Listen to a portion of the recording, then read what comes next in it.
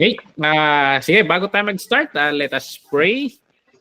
Lord, maraming salamat sa gabing ito na mapagpapatuloy namin ang aming pag-aaral ng overview ng mga books of the New Testament.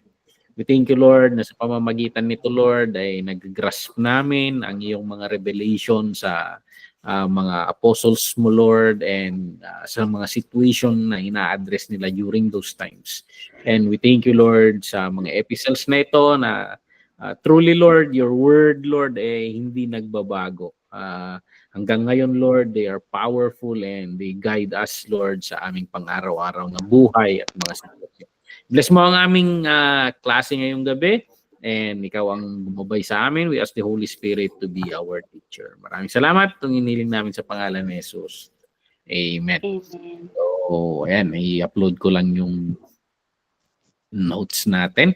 So, last meeting, last natin, nung last Wednesday, pinag-aralan natin ang 1 John. So, parang ang ginawa ng manual natin, pinagsama-sama niya itong tatlo. So, mag-overview muna tayo. So, sinabi natin last time na from internal evidences, mga evidences na nagpapatunay from the epistles itself, makikita natin na most likely ang nagsulat nito ay si John the Beloved. So, makikita natin na yung style na nagsulat, very similar siya doon sa style ng pagkakasulat ng the Book of John. In the beginning was the Word, and the Word was... Yung style, parehong-pareho. And marami siyang kino-quote na concepts from the Book of John. So, from internal evidences, makikita natin, masisynchronize natin nga. Most likely nga si John. Though maraming nag-argue dito na iba raw ito, pero magbabase tayo kasi pwede nilang sabihin yun, but what are the evidences? What proof will they give? So sa atin dito, sabi natin si John ang nagsulat nito kasi may mga internal evidences na nagpapahiwatig nito. So natalakay natin last time na yung 1 John, tinatawag nitong teacher natin or karamihan ng mga scholar, tinatawag nila ito na the Book of Love. Bakit the Book of Love ang tawag dito? Because yun yung pinaka-topic na tinatalakay niya. Over 50 times na tinatalakay niya na or nabanggit niya yung word na love. And nakita rin natin last time na he is addressing different things dito. Gnosticism, may mga false teaching na pumasok sa church. Gnosticism na they believe that there's a certain revelation and may mga Docetism, paniniwala nila na Jesus Christ hindi raw totoong nagkatawang tao kasi they believe na all matter is evil. Ito kasi yung pananaw nila lahat raw ng physical masama. And kung nagkatawang tao ang Panginoong Hesus, may kasamaan na sa kanya. Yun yung pananaw nila. So in that logic, in that philosophy, hindi nila matanggap na nagkatawang tao si Jesus. So parang ang sabi nila, mukhang nagkatawang tao lang. So parang nagpanggap lang, parang ganon. So hindi totoo raw. So and the apostles are combating this view.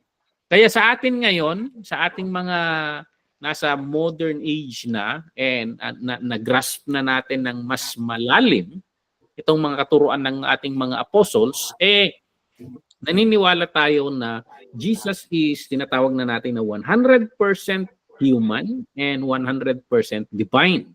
So yun yung perspective natin na kapag dinideny mo yung pagkatao ni Jesus Christ, that is false teaching. At pag dinideny mo naman na yung pagka-Diyos ni Jesus Christ, that is false teaching. So he is both human and divine. Yan yung view na natin na nag-grasp natin from these epistles. Okay? So kaya masama man ang loob ng Iglesia ni Cristo sa atin, pero tinatawag natin silang kulto in the manner na dahil they deny the deity of the Lord Jesus Christ. Yung dinideny nila na Diyos siya. So, ayan. In the Apostles' Creed, na sum up sa Apostles' Creed, yung major doctrines natin. So, I believe in God the Father Almighty. I believe in Jesus Christ, It's only was conceived by the Virgin Mary. So nakapaloob lahat doon. You need to believe in the Trinity. You need to believe in Jesus as the human born of the Virgin Mary. So and He will come again to judge the living and the dead. You need to embrace that Apostles' Creed. Pag lumalabas ka doon sa Apostles' Creed, tinatawag nating kulto yan. So yun. And maraming other doctrines regarding sa faith natin, but pag hindi siya natatalakay doon sa Apostles' Creed, we call that minor doctrines. So ayan. For example, sa issue of eternal security, whether naniniwala ang isang Kristiyano na nawawala ba ang salvation or hindi. Whether you are on this side or this side, it doesn't matter because hindi siya nandun sa major doctrine. Kasi naniniwala pa rin kayong parehong view na without Christ, there's no salvation. So, ayan, maliligtas ka sa pamamagitan ni Jesus Christ.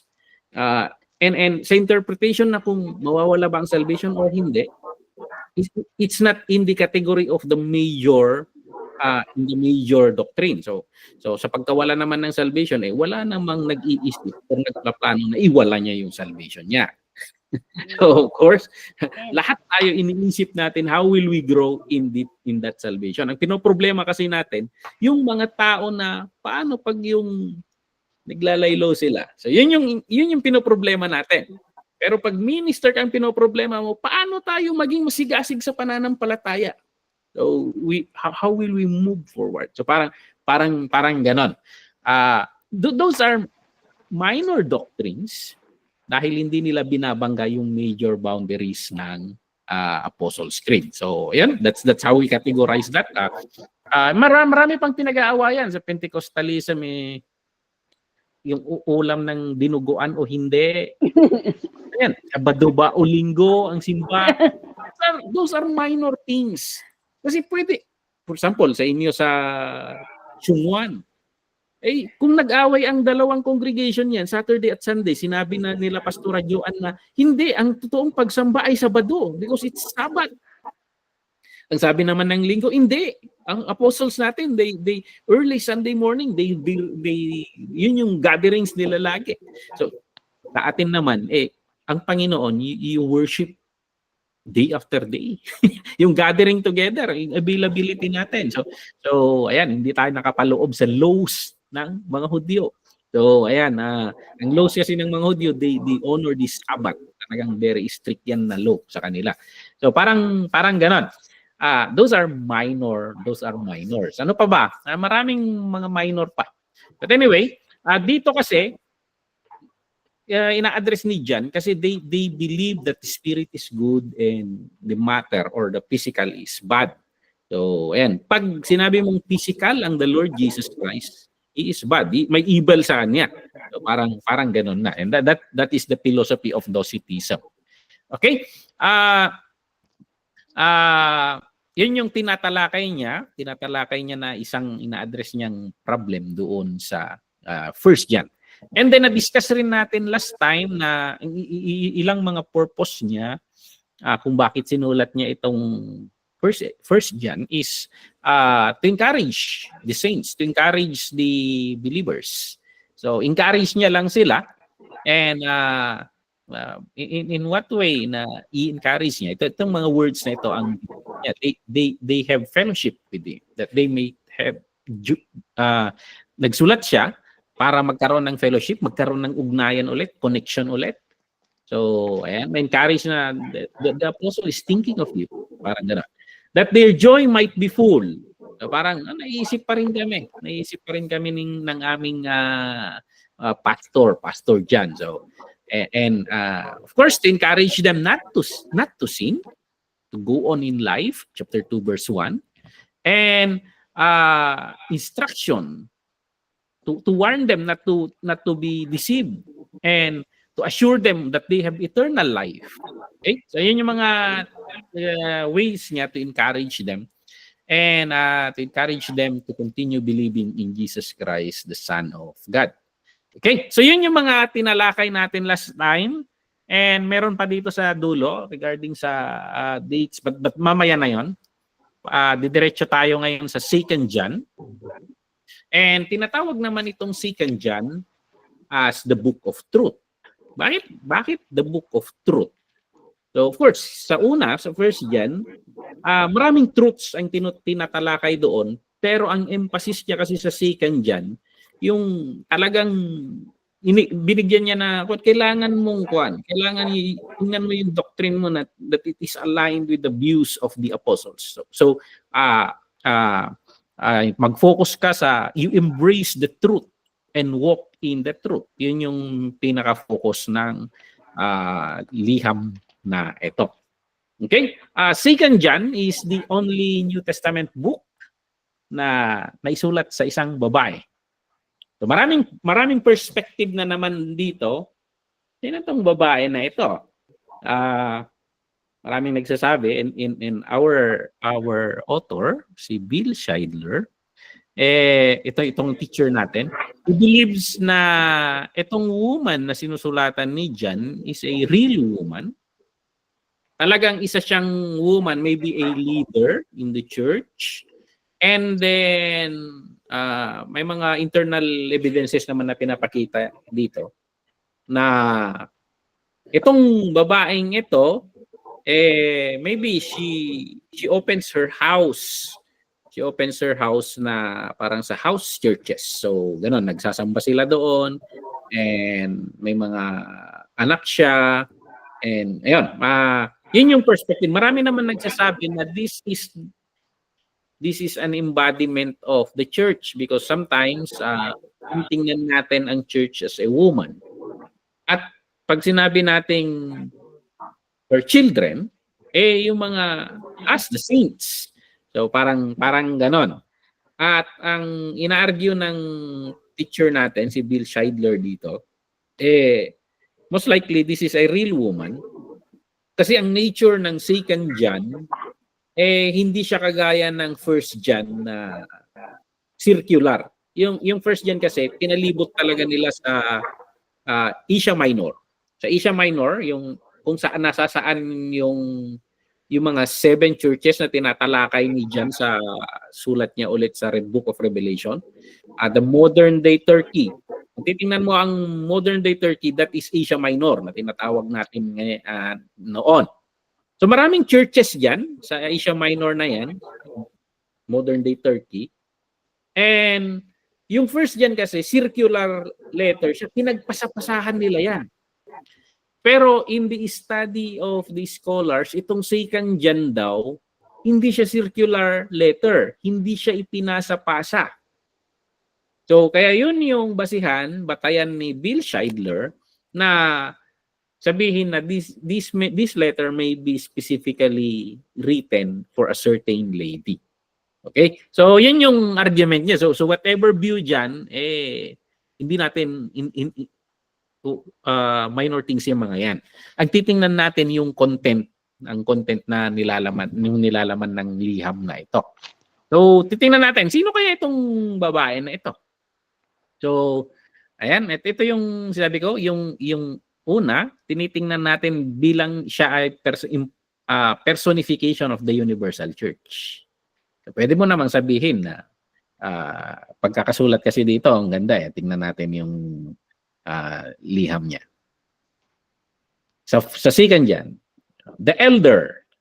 Kasi si John dito, tinatawag niya yung sarili niya na the elder. Ang hahambol ng mga apostle natin So, even Peter calls himself an elder. Hindi niya ginagamit yung title niya na the apostle. So, kahit nga si Paul, ginagamit niya yung terminology na apostle kapag ini-assert niya yung authority niya and position niya against sa mga chuma-challenge sa kanya, yung mga kalaban niya in the faith. But when he talks with the church, ang ginagamit niya is servant of the Lord Jesus Christ, slave of Christ. Mga ganun. Napaka-humble ng mga apostles natin. Peter, content na rin siya sa servant and servant of the Lord Jesus Christ. And he used that title also, elder. So hindi nila itinataas yung sarili nila. Hindi nila itinataas yung sarili nila na hindi kagaya sa panahon natin ngayon na maraming church leaders na talagang they aim for position. They aim for ranks. So, ayan. Kaya as I study the life of these apostles, natututunan ko na it's not about us. Actually, ang Panginoon, He can do the job. He can do the works of the ministry ng kahit wala tayo. And He just want us to be involved in His work. So, ayan, kahit nga wala tayo, may iba na gagamitin ng Panginoon. Ginamit nga niya sa Old Testament yung asno. So, in the New Testament, si Jesus Christ na, pag walang sumamba, pwedeng sumigaw yung mga bato, sabi ni Jesus Christ.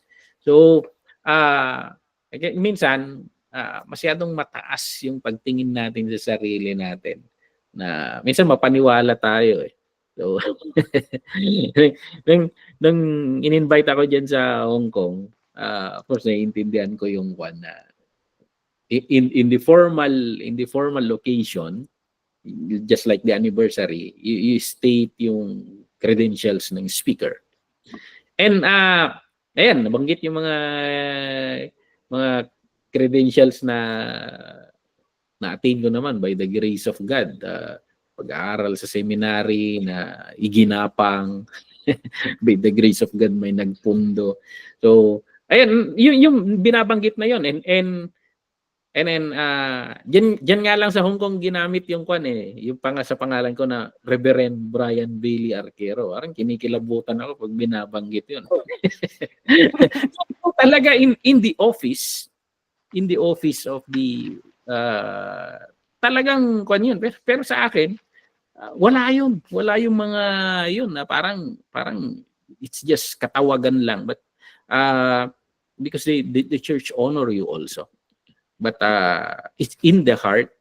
So we bring down ourselves. We are nothing but ang king nga natin ang ating Lord niya hinugasan yung, I think that's the way of the Lord Jesus Christ to break this spirit of pride sa ating mga apostles. They think of magiging bishop ako, magiging leader ako na ang magiging right hand niya, uupo ako sa kanan kaliwa. Ako ang magiging pinaka leader niya, ganun sina Peter. Jesus Christ, hinugasan yung paa nila The Lord served them, and I think in the long run, as they meditate on that, that's the way of the Lord Jesus Christ to break our heart. Yung Panginoon nga, He served us. Yung Panginoon si serve us. So parang gano'n. So kung nire-reflect ko ito, yung bungad kasi ni John dito, the elder. The elder. Hindi niya kwan. So parang ang elder kasi parang one of the leaders of the church lang. Hindi niya iniaangat yung sarili niya. So, and sino sinusulatan niya? Tuloy natin doon. To the lady chosen by God and to her children whom I love in the truth. And not only I, but also all who know the truth because of the truth which lives in us and will be with us forever. So, ayan, yan yung ina-address ng Apostle John dito, lady chosen by God. So, ayan. Sa akin, personally, mas kumbinsido ako sa view na one. This is an embodiment of the church. It's either the universal or a certain church.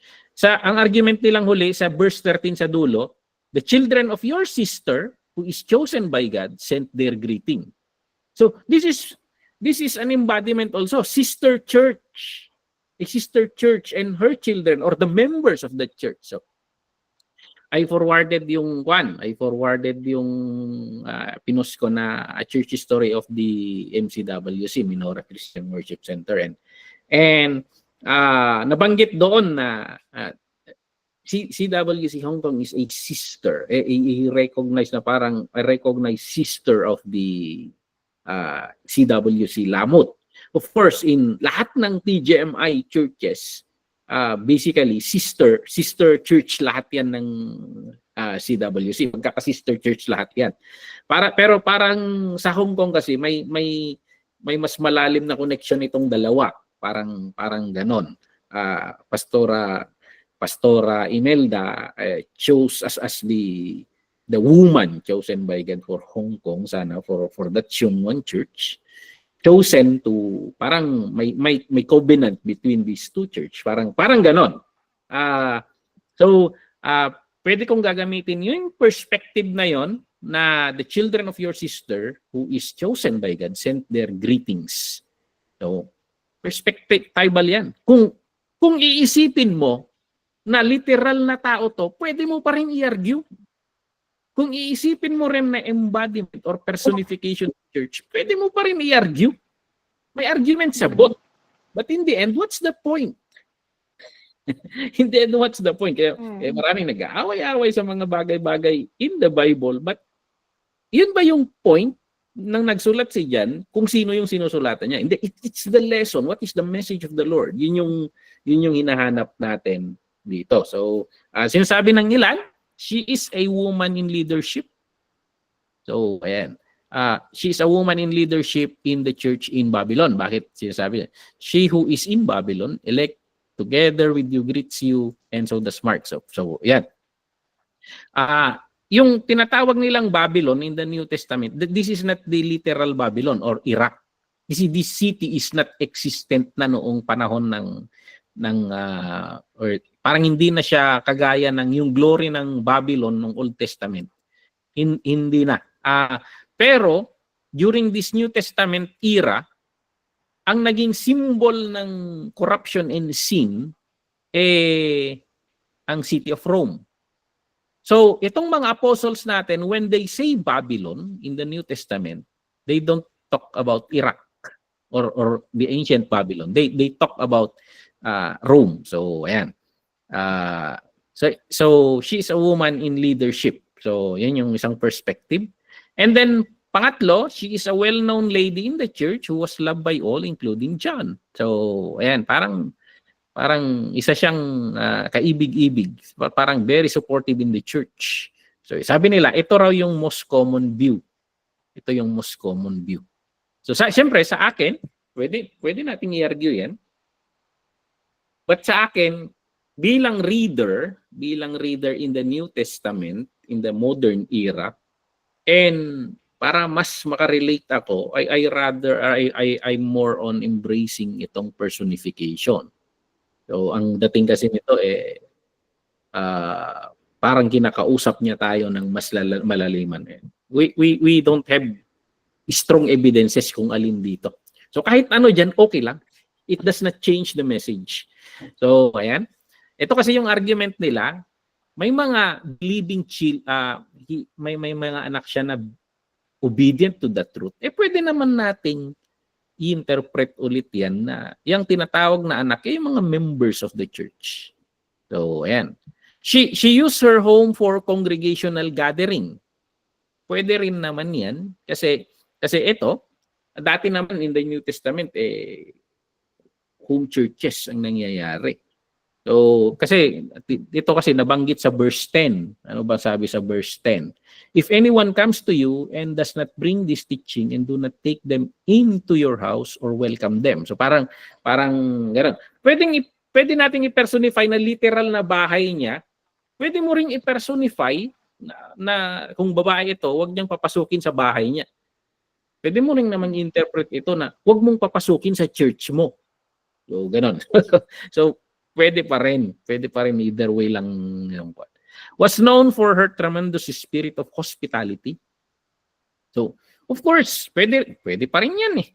So, I will say na the church in Hong Kong, MCWC,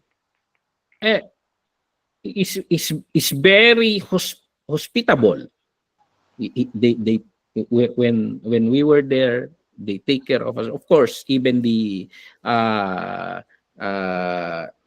tawag nito sa Kowloon Park Church. Wala pang church noon eh. Wala pang church noon, but I can see also yung spirit of love and hospitality. Pinasyal niyo ako, tinur niyo ako sa napakalawak na simbahan ninyo. So parang ganun.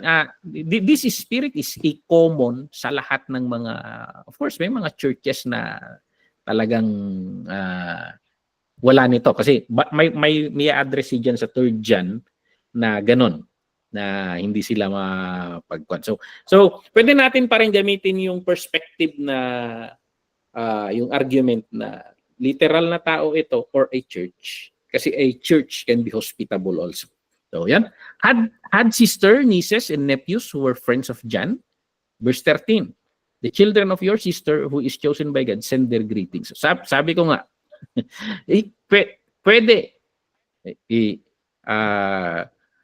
Hong Kong, sa mga churches natin dyan, we are all sister churches. So ayan, and we can say na yung mga members ninyo, daughters, siyempre sa church ninyo sa Kowloon, daughters. Sa Hong Kong, sa Shungwan kasi may Torn. Meron si Wilfred. So ayan, children. So, pwede natin gamitin yung mga perspective na yan. Now, ang purpose ng letter na ito, similar lang sa una. Yun lang, may certain specific concern si John na tinatalakay niya dito. May case kasi sila na during those time, may mga itinerant ministers. Yung mga itinerant ministers, ang ginagawa nila, umiikot lang talaga yan. Parang, for example, ang Tribal Gospel Mission sana, ang organization natin, bumubuo kami ng mga certain traveling ministry. So, yung Waywabo, binubuo namin yan. It's a certain group na, pero, ang nangyayari kasi dito, hindi basta-basta pumupunta ang Waywabo sa district, isang district, pag walang invitation. Ganon rin yung Convergence. Hindi rin pumupunta sa isang district ang organization na ito kapag walang invitation. So, pero during this time, sa panahon nila noon, hindi, may mga certain group, for example, sa ministry ni John, may mga disciples siya na they gumagawa sila ng itinerant travel nila. For example, Paul himself, may first missionary journey, may second missionary journey, may third missionary journey. Gumagawa sila ng missionary itinerary. So parang ganon. And hindi naman kagaya ngayon na nagchat lang kayo. So Pastor, gusto namin na nandito ka sa ganito. May-arrange yan. But during those times, how will you arrange that? Pag nandun ka na. Pag dumating ka na. Sasabihin mo na lang, galing kami kay John. Paano mo mabe-verify yon? Ngayon, galing ba talaga sa Tribal Gospel Mission itong mga dumating dito? Mabe-verify ninyo, tatawag lang kayo. Pero during those times, walang way of verifying. And ang problem, may mga grupo ng mga legit na students ng mga apostles natin na umiikot. And then may mga grupo rin na iba ang tinuturo. So, ayan. And kahit gumamit ka ng pangalan, siguro itong lady na kinakausap or the church na kinakausap ni John dito, may magandang loob na tinatanggap ang lahat. Kaso, dahil tinatanggap niya lahat, napapasok ang ibang mga mindset or teaching sa churches and then nagkakaroon ng chaos. So parang ganun yung one. So winawarn ni John itong woman na na-address dito na tingnan mo yung mga tinatanggap mong mga ministers. So, ayan. Look out for false teachers who might try to infiltrate the fellowship. So, ayan. So parang pareho pa rin natin yung spirit ng Bereans. Kasi si Paul, itinerant minister, he went to this church in Berea. So, iba siguro, ewan ko kung sino ang nag-pioneer dito sa church in Berea. And Paul is new. Lalo na may chismis na si Paul, kalaban dati yan. So nung nagtuturo si Paul, ang ginagawa ng mga Bereans, they are verifying yung teaching niya. They look on the scriptures. Tama ba itong sinasabi niya?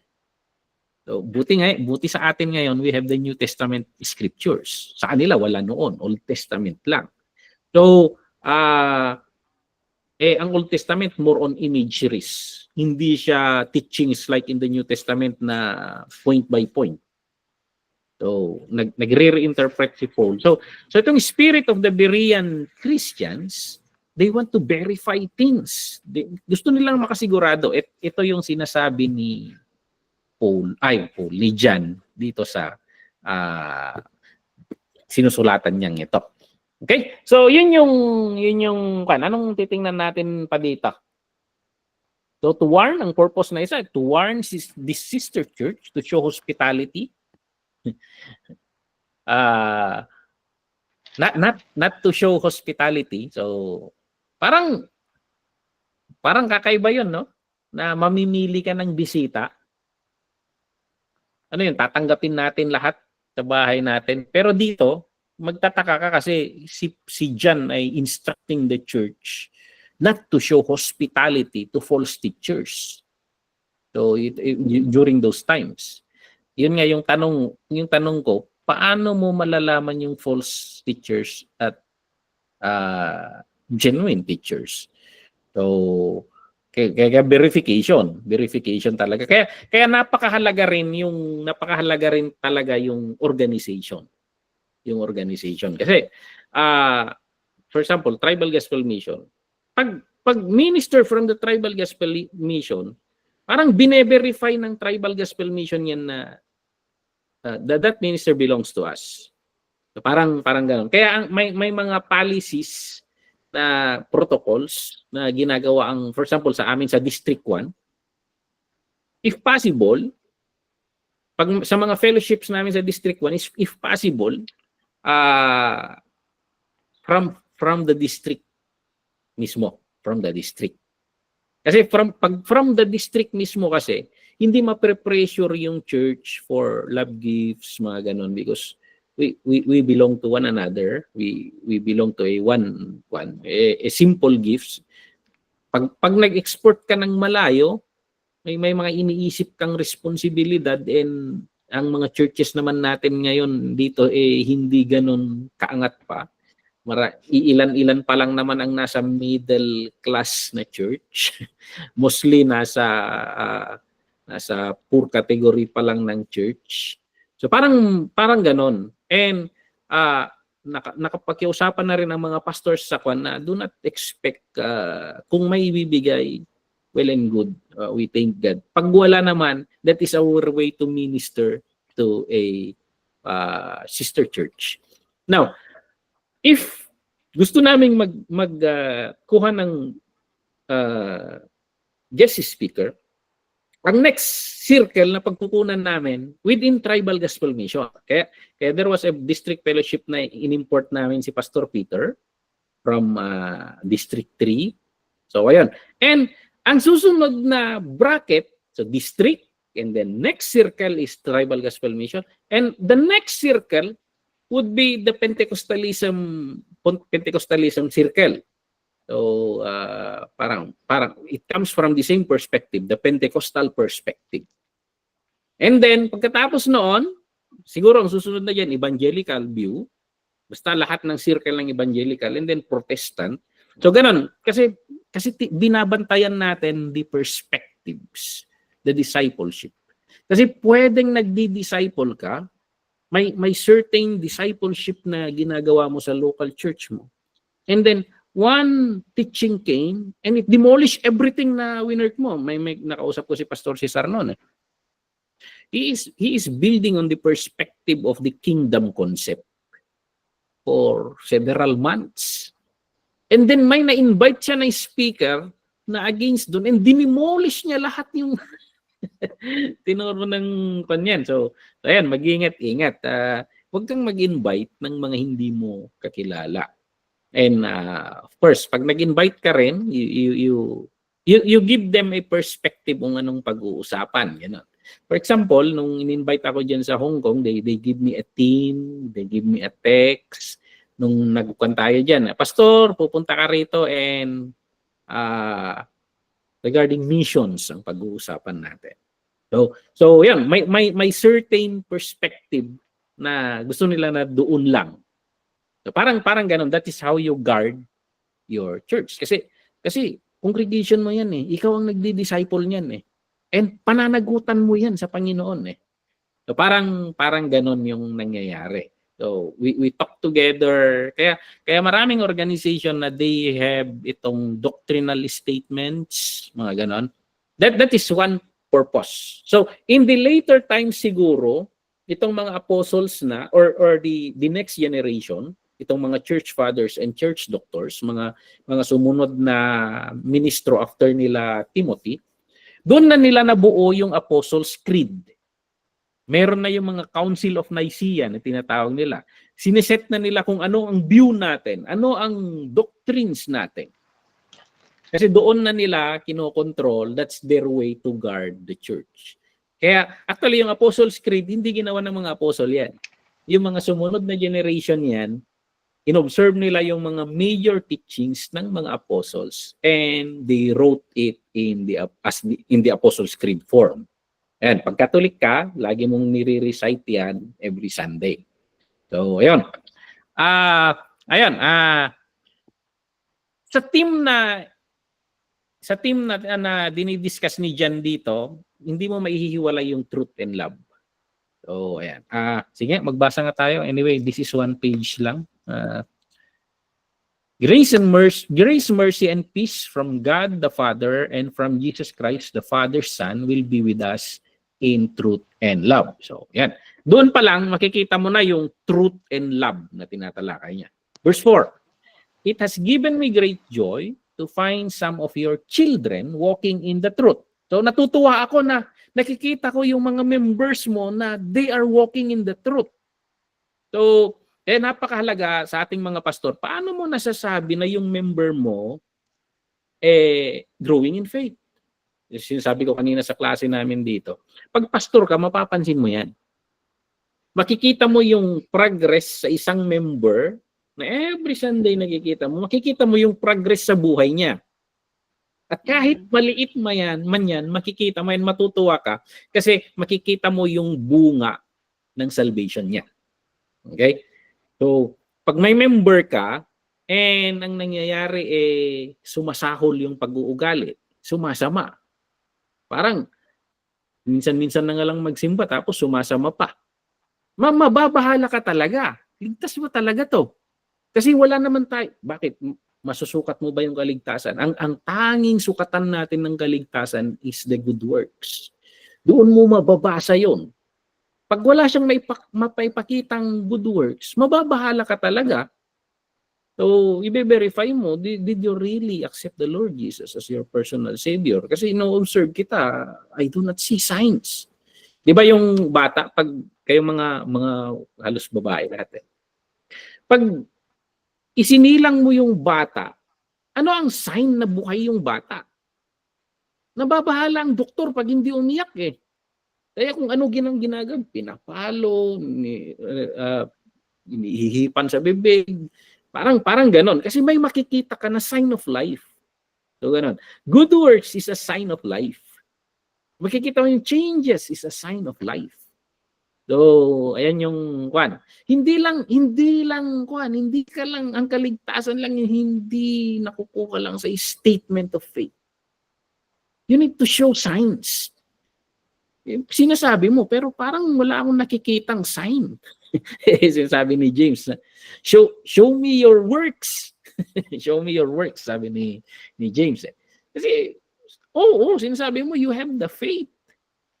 Pero, ikaw lang nagsasabi niyan So, as a pastor, we need to see signs of life sa isang believer. So, natutuwa ka pag ang believer, kaya si John dito, tutuwa ako, sabi, it has given me great joy to find some of your children walking in the truth. So, ayan. So, nakikita niya yung paglago nila. And now, dear lady, sabi, verse 5, I am not writing you a new command, but one we have had from the beginning. Hindi na bago ang sasabihin ko.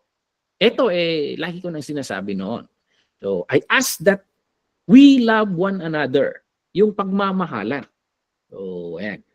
Bakit kailangan itong pagmamahalan? And verse 6, and this is love, that we walk in obedience to His commands, as we have heard from the beginning. His commands is that you walk in love. So, actually, ang isang pinaka-sign dito, yung pagmamahalan.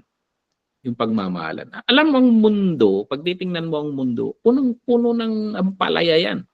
Bitterness, kaaway-away, yan yung naghihiwalay sana sa church, sa mundo. Kasi sa loob ng church kasi, kahit may mga alitan hindi pagkakaunawaan, gusot minsan, we are being drawn together in love.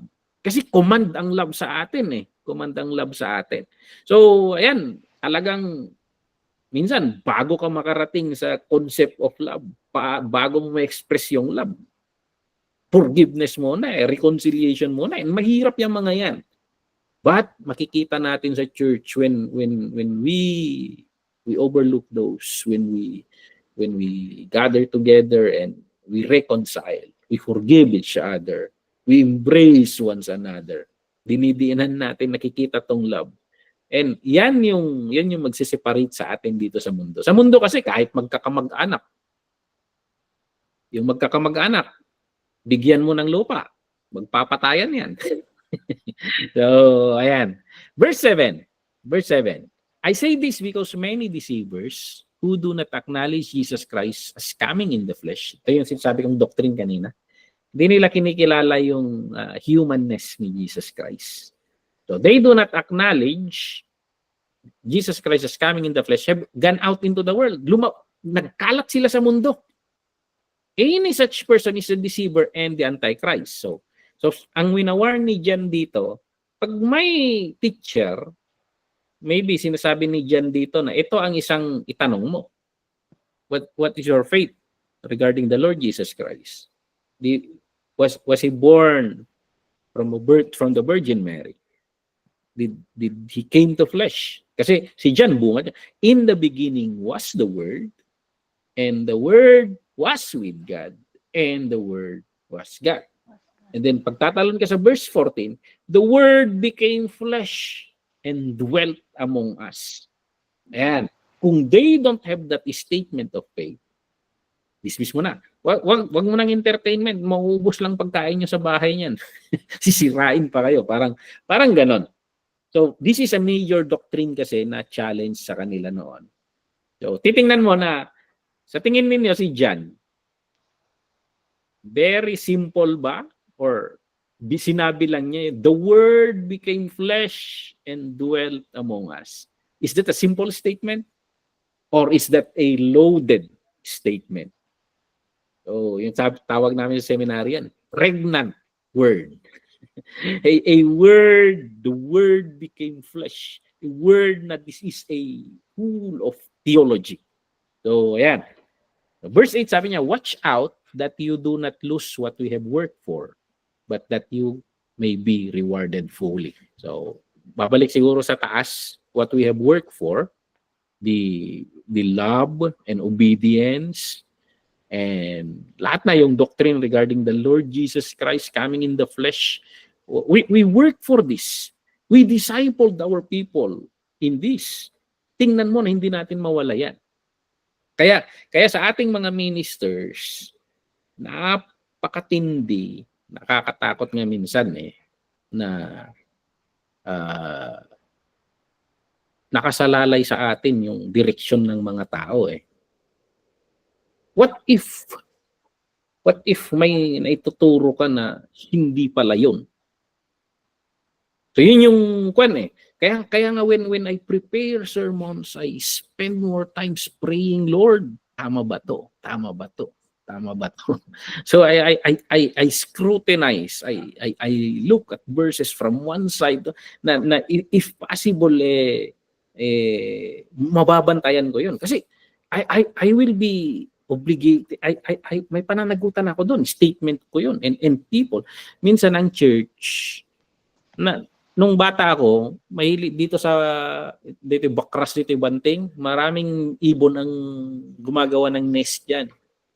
Eh tinitingnan namin 'yon, naabangan namin yung mga ibon na bagong hatch. Ang pansin mo sa nest, pag nagalaw mo yung nest niya, basta yung mga ibon, nganga na lang yan. Kahit tulugan mo yung bibig niya ng bato, lulunukin yan. And sometimes the church is like that. They trust us so much. They trust us so much. Pag umakyat ka na sa taas and then magpipreach ka na, nga na yan spiritually eh.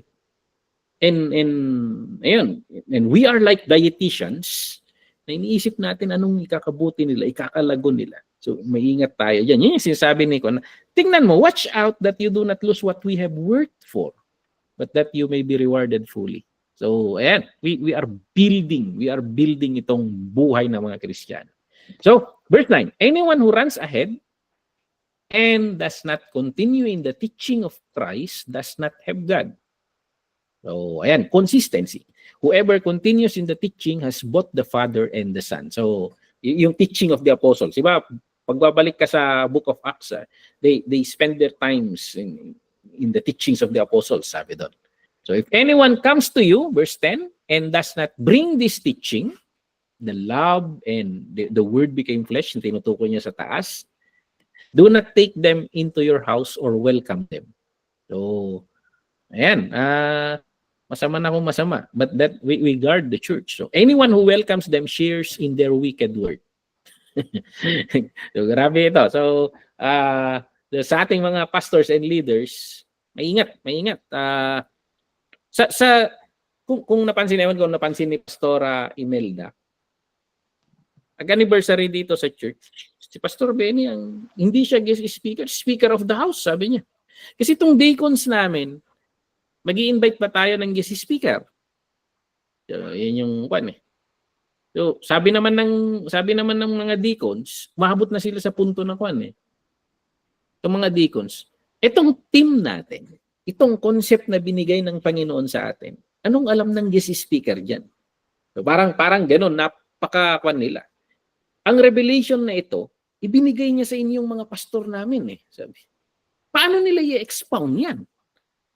Yun yung kasi ang MCWC, kahit yung team, pinagdidiskusyon ng yan. Kasi yung team, hindi lang basta title ng event yun.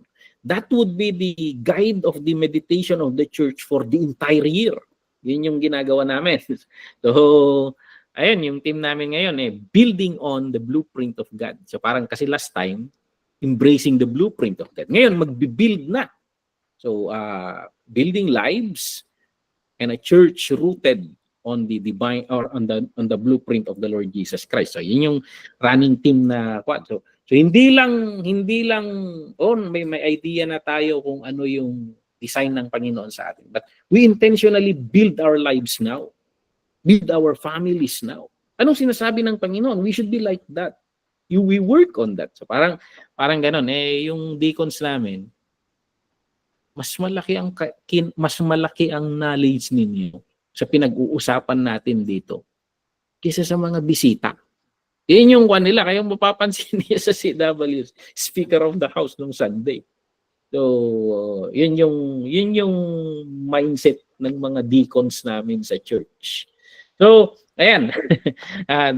This is of course, may mga time naman na nag-i-invite ang MCWC ng mga guest speakers. But specifically for this, sabi nila, we need to break down this idea. We need to break down this idea. And the revelation comes sa leaders, ibinigay ng Panginoon yung perspective. Okay?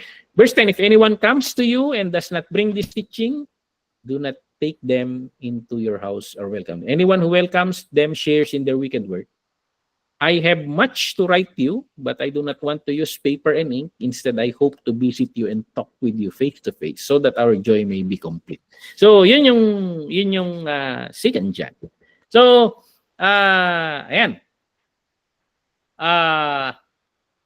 Ano matututunan dito? Maraming matututunan dito. Sa 2 John, we learn that truth without love leads to harsh legalism.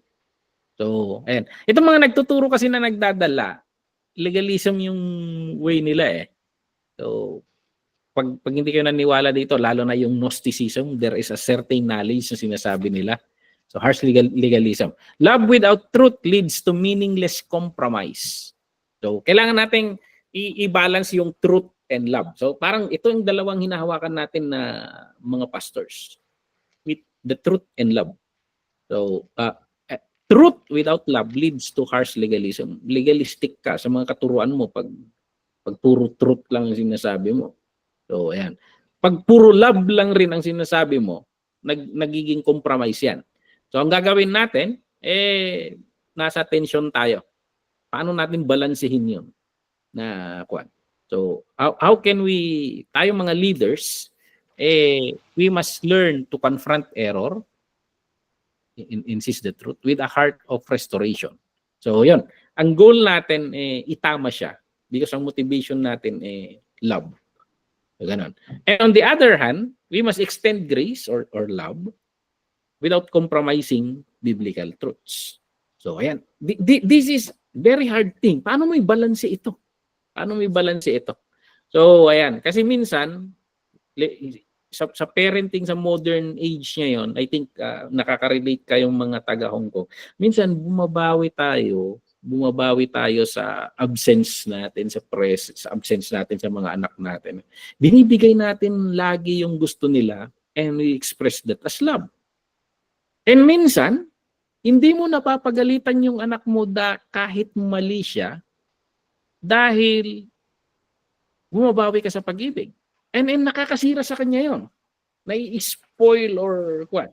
So, ayan, how can we bring together the truth and love? So, ganun rin sa church. Parang parenthood rin lang ang church. Okay? So, ayan. Not every teacher, ito mga matututunan natin sa second dyan. Not every teacher or influence is healthy for the church. Dapat naiintindihan mo kung ano ang, as leaders dapat naiintindihan natin kung anong plano ng Panginoon sa church na hawak natin. May certain uniqueness ang mga church natin. Hindi lang tayo generic church. May uniqueness yung CDFC na hindi yun rin, may certain variance, uniqueness rin ang CWC.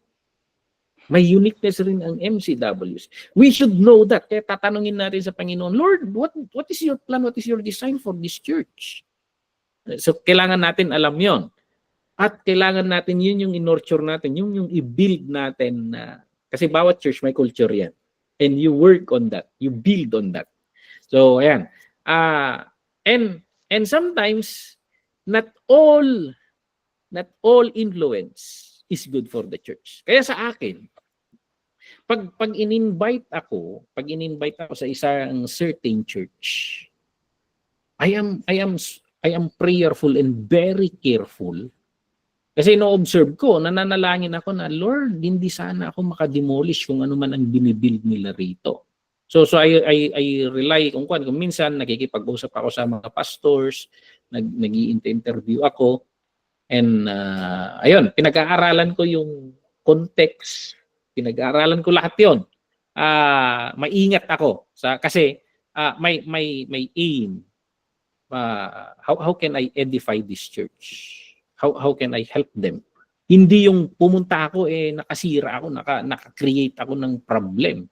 Parang gano'n. And I'm always prayerful on that na maingat ako sa mga bagay-bagay because I believe na if the Lord opens a door for me, may certain duty ako for that. And that is to help kung sino man ang nag-invite sa akin. So, discernment is necessary form of love to protect the flock.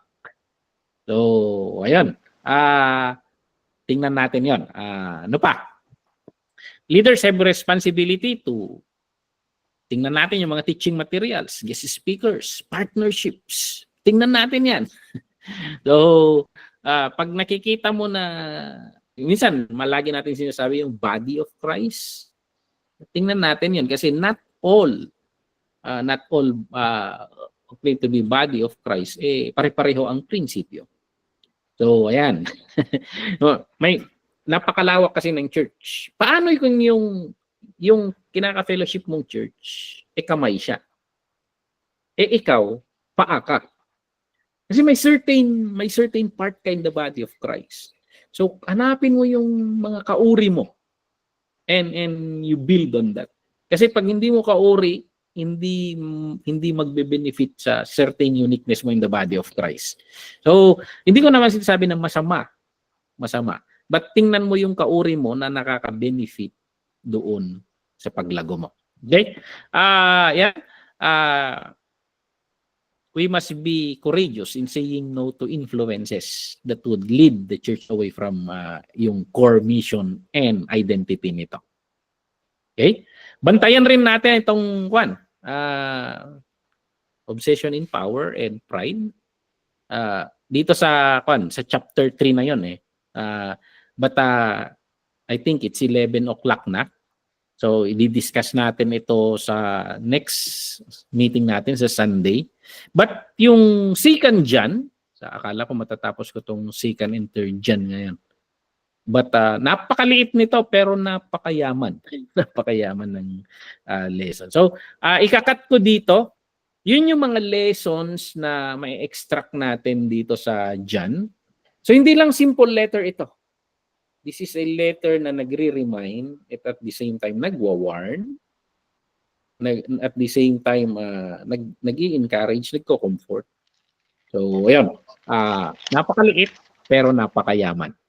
Okay? So, next na-discussin natin yung third John and medyo mas mabagsik si John dito kasi may binabanatan siyang specific na tao.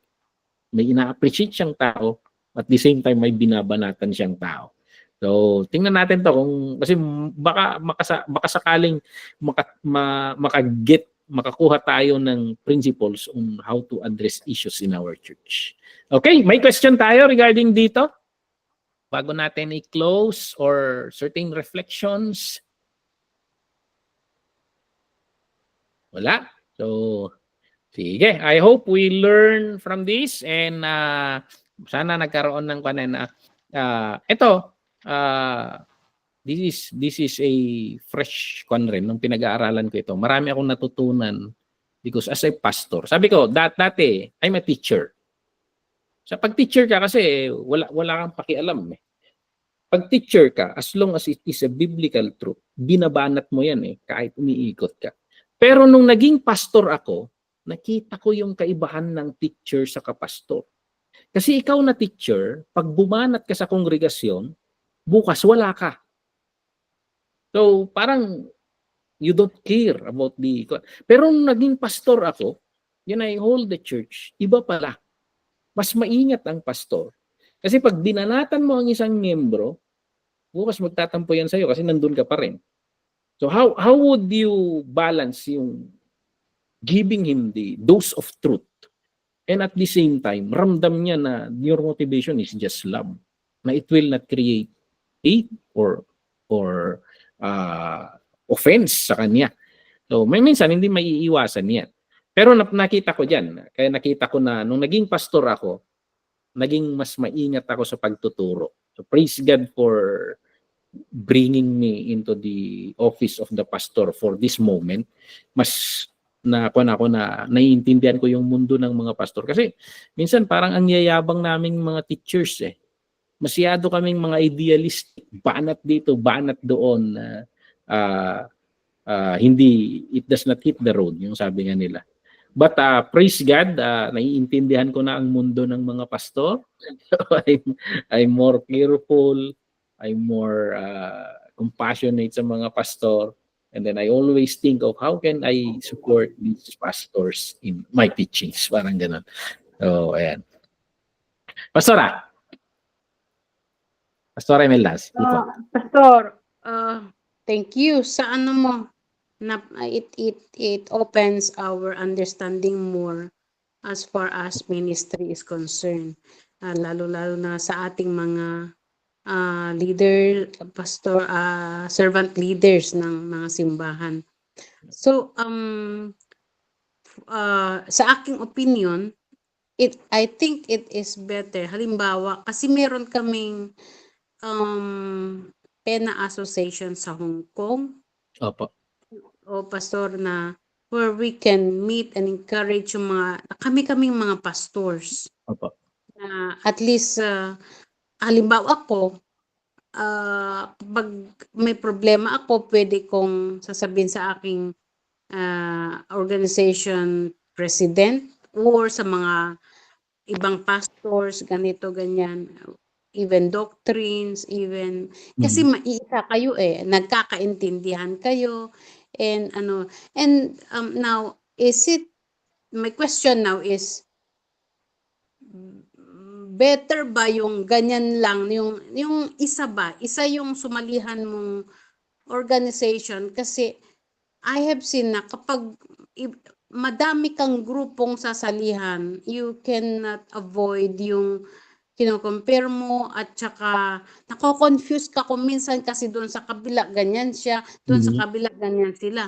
So for me, I think one association that you are one in faith and in although syempre the body of Christ are one of course pastor. I'm not against to that yung ano ba yun, but what I mean here is kapag marami kasing association na sinasalihan mo parang nakaka-confuse. Would I use the word confuse? Anong opinion niyo pastor?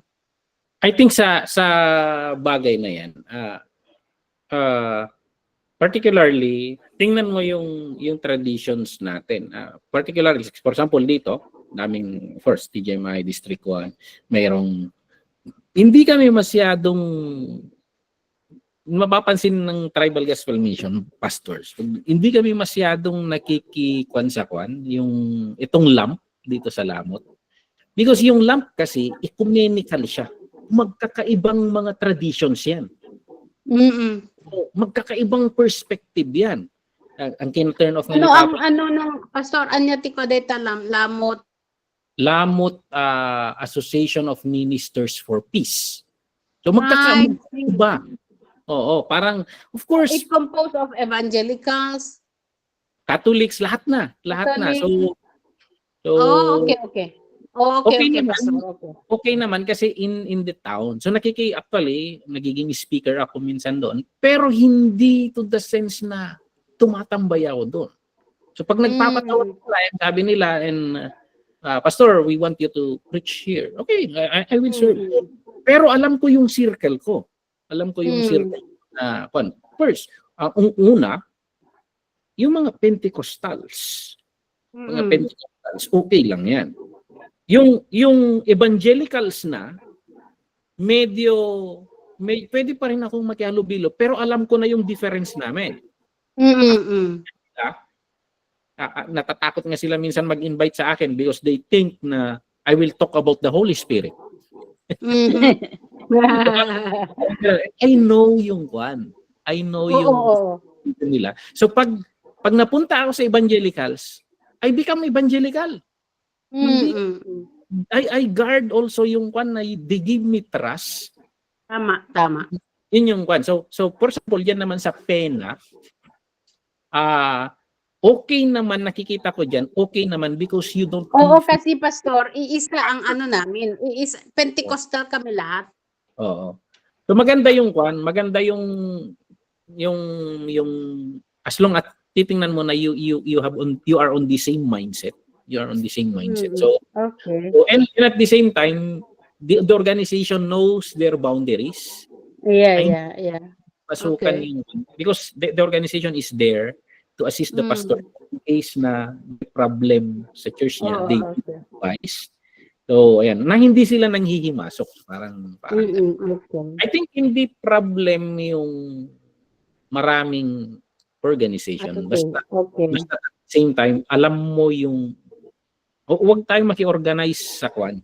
Sa alam nating magkasalungat. Yeah. I think so. That's right, pastor. Oo.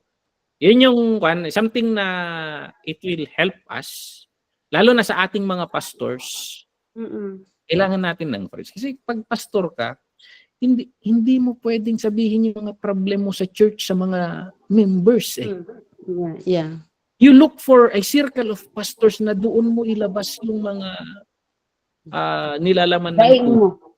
Yeah. So, you need a circle of pastors na wag niyong gagawin yun. Yung may problem, sinasabi mo sa members. Hindi, they cut up you. Marites. So parang ganon. Mahalaga rin ang circles. Mahalaga yan. But tingnan lang natin na tingnan natin yung doctrine. So sa atin siguro, bantayan ninyo, Trinitarian tayo, ang titingnan ninyo yung oneness. Oo, Pastor. Relation dyan. Tama. Yung mga major doctrines na nagsasalungatan. So, ayan. For example, Correct. salvation by works. Ay, iwasan natin yan. Sa atin, we are saved by grace through faith. That is our view. So, doon tayo, we wrestle on our scriptures and our perspective. At least pare-pareho tayong salvation is by grace through faith. Yeah. Okay. Thank And you, then, Pastor.